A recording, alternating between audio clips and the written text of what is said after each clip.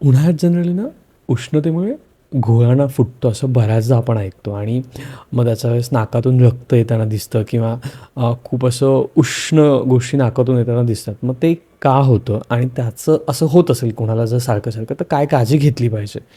हे विशेष करून मुलांमध्ये आपल्याला दिसतं, काही करेक्ट. मोठ्या माणसांमध्ये पण दिसतं. मग त्याच्यामध्ये बऱ्याचदा असं होतं, की उन्हात खेळत असतात मुलं आणि त्या खेळण्यातनं मधनंच एकदम रक्त व्हायला लागतं आणि मग मुलं धावत-धावत घरामध्ये येतात. मग आई घाबरून जाते, की "अरे, आता काय करू? एकदम रक्त येत आहे." मग करेक्ट. अशा वेळेला पहिली गोष्ट म्हणजे त्याला आडवं झोपवलं पाहिजे. त्याच्यानंतर ते रक्त आहे ते थांबवण्यासाठी बर्फ किंवा घरात जी थंड वस्तू असते, बर्फ किंवा थंड पाणी हं. ठेवलेलं असेल, तर ते त्या ठिकाणी कपाळाला, नाकाला लावणं असं करायला पाहिजे. आणि त्याच्याच बरोबरीनं हे जे नाकातून येणारं रक्त आहे, तर ते रुमालाने वगैरे व्यवस्थित क्लीन पुसून घेतलं पाहिजे.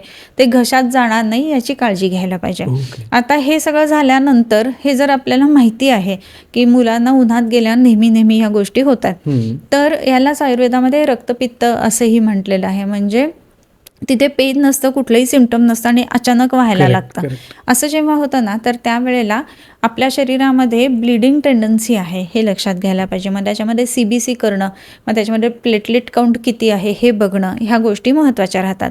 आणि आहारामधले बदल आपण कोणते करायला पाहिजेत तेव्हा? तर आता समजा ऊन चालू झालं आहे आणि दरवर्षीचा हा अनुभव आहे, की नाकातनं हे येतंय, रक्त रक्त येत येते. आहे. हां. तर अशा वेळेला आपण काय करायला पाहिजे? तर मग त्याच्यामध्ये मोरावळा आणि गुलकंद ह्या ज्या 2 गोष्टी आहेत त्या बऱ्यापैकी आहार्य मात्रेमध्ये मुलांना द्यायला पाहिजेत.